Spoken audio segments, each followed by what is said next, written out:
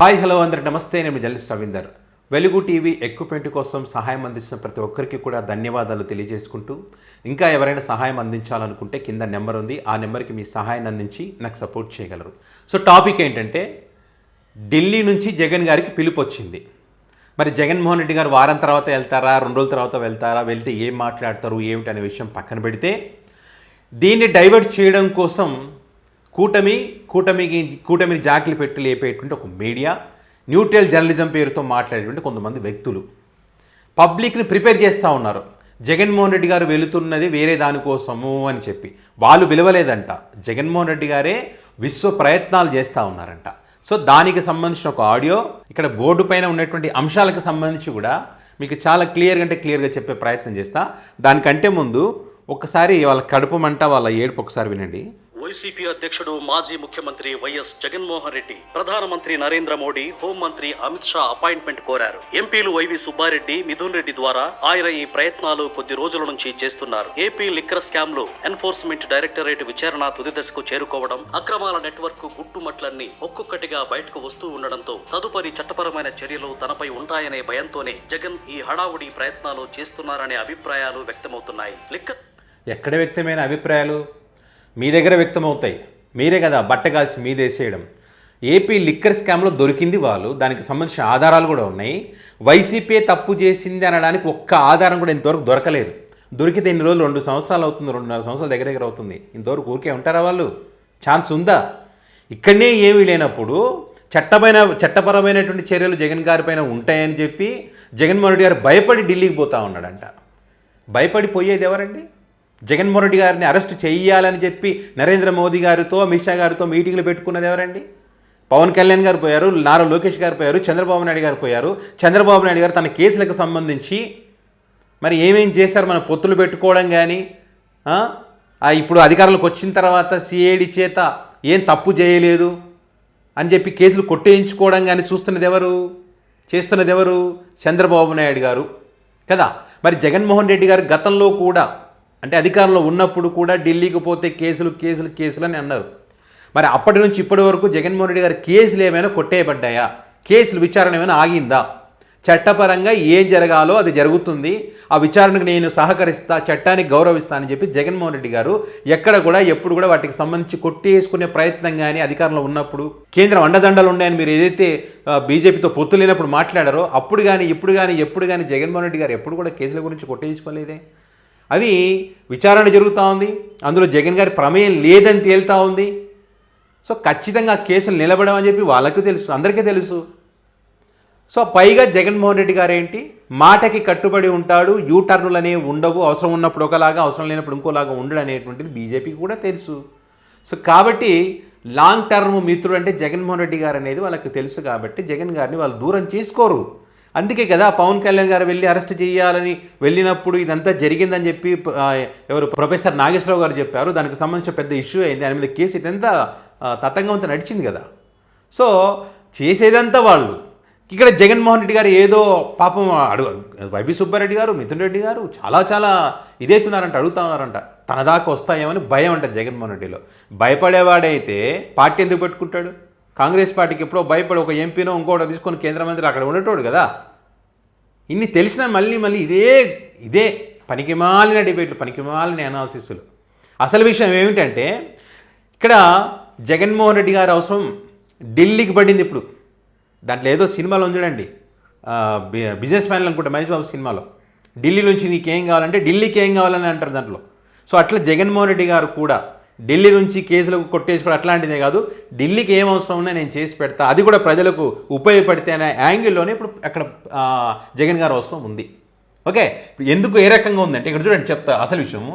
ఇక్కడ వైసీపీకి 11 సీట్లే, ఎమ్మెల్యే సీట్లు 11 వచ్చినాయి, 4 ఎంపీ సీట్లే, ప్రతిపక్ష హోదా కూడా లేదు. ఇది కూటమి చెప్పే మాట. మాకు 164 ఎమ్మెల్యేలు, 21 ఎంపీలు వచ్చినాయి. వీళ్ళు జనసేన 100 స్ట్రైక్ రేటుతో 21 ఎమ్మెల్యేలు, 2 ఎంపీలు. టీడీపీ పార్టీ 135, అతిపెద్ద పార్టీ మాది, 135 సీట్లు వచ్చినాయి, 16 ఎంపీలు వచ్చినాయి. 135 ఎమ్మెల్యేలు, 16 ఎంపీలు. ఇక బీజేపీ పార్టీ సంగతి తెలిసిందే, 8 ఎమ్మెల్యేలు, 3 ఎంపీలు. అది కూడా టీడీపీ నుంచి పోయినటువంటి వాళ్ళే దాంట్లో ఉన్నది కూడా. సో ఇది వాళ్ళు గొప్పగా చెప్పుకుంటారు మేము అని చెప్పి. మరి అన్ని సీట్లు వచ్చినటువంటి వారి గురించి చర్చ లేదు, అన్ని సీట్లు వచ్చినటువంటి వారికి విలువ లేదు. ఇక్కడ 11 సీట్లే వచ్చినటువంటి వ్యక్తికి 4 ఎంపీలే ఉన్నాయన్నటువంటి వ్యక్తికే విలువ ఉంది. ఎందుకు అంటే ఇప్పుడు ఏదైతే మొన్న డీలిమిటేషన్ బిల్లు కానీ మహిళా రిజర్వేషన్ బిల్లు కానీ వీగిపోయిన సంగతి అందరికీ తెలుసు. కానీ ఈసారి వీగిపోకుండా ఉండాలంటే ప్రతి అడుగు ఆలోచించి జాగ్రత్తగా వేస్తేనే ఆ బిల్లు పాస్ అవుతుందని చెప్పి బీజేపీ పార్టీ కూడా తెలుసు. కాబట్టి ఏ చిన్న పొరపాటు చేయకుండా ఏ చిన్న అవకాశాన్ని వదులుకోకుండా అన్ని పార్టీలకు సంబంధించినటువంటి వారితో చర్చలు జరుపుతూ ఉన్నారు. అందులో భాగంగా జగన్మోహన్ రెడ్డి గారు కూడా ఇప్పుడు మీరు ఏదైతే 4 అన్నారో ఎంపీలు కానీ రాజ్యసభ ఎంపీలు కానీ పార్లమెంట్లో మొత్తం 8 ఉన్నారు. 8 అంటే మామూలు విషయమా? ఇప్పుడు ఒక్కరు తక్కువైనా కూడా వాళ్ళకి ఇబ్బందే. కాబట్టి జగన్మోహన్ రెడ్డి గారితో మాట్లాడాలి, జగన్మోహన్ రెడ్డి గారి ఎంపీల మద్దతు కావాలి అని చెప్పి జగన్మోహన్ రెడ్డి గారి వాళ్ళ ఎంపీలకు గౌరవించి వాళ్ళు సపోర్ట్ తీసుకోవాలనే ఉద్దేశంతోనే అమిత్ షా గారు కానీ అదేవిధంగా మోదీ గారు కానీ అపాయింట్మెంట్ ఖరారైంది, వచ్చే వారం కలవనున్నారనేటువంటిది అసలు విషయం. ఆ అసలు విషయాన్ని వదిలేసి పాడిందే పాత పాట అని చెప్పి ఇదే పాట ఎప్పటి నుంచో పాడుతున్నారు. ఈ పాటలు ఏమైనా ఉందా? జనాలకు విసిగెత్తిపోయారు జనాలు వీళ్ళ మాటలు విని విని విని విని. అసలు విషయం పక్కన పెట్టి ఇదెందుకు చెప్తున్నారు బాబు మీరు అంటే వాళ్ళ బాధ అంతేంది. ఇంత ఉన్నా కూడా మళ్ళీ జగన్ గారు అవసరమే పడిందా? మళ్ళీ జగన్మోహన్ రెడ్డి గారిని పిలిపించారా? రేపు అక్కడ మీటింగులు పెట్టి మాట్లాడేస్తే చూసే వాళ్ళని ఒక చర్చ జరుగుతుంది కదా, జగన్ గారు విలువ ఇది అని తెలుస్తుంది కదా. సో కాబట్టి ఏంది కడుపు మంట చల్లారదు వాళ్ళకి, ఇది జరగకూడదు. కాబట్టి ముందే మనం ప్రిపేర్ చేయాలి. అసలు విషయం ఇదని వాళ్ళకు తెలుసు, ఏది బిల్లు కోసం సపోర్ట్ అని. అది కాకుండా దీన్నే ముందు నుంచే ప్రిపేర్ చేస్తూ ఉంటే దీనికోసం పోయినాడులే అని అనుకోవడం కోసం ఆ రోజు ఢిల్లీకి వెళ్ళిన రోజు పెద్ద హెడ్డింగ్ పెడతారు, పోయే రోజు పెడతారు, పోయిన తర్వాత పెడతారు, ఒక 4-5 రోజులు అదే పెడతారు, రాష్ట్ర సమస్యలు గాలికి వదిలేస్తారు.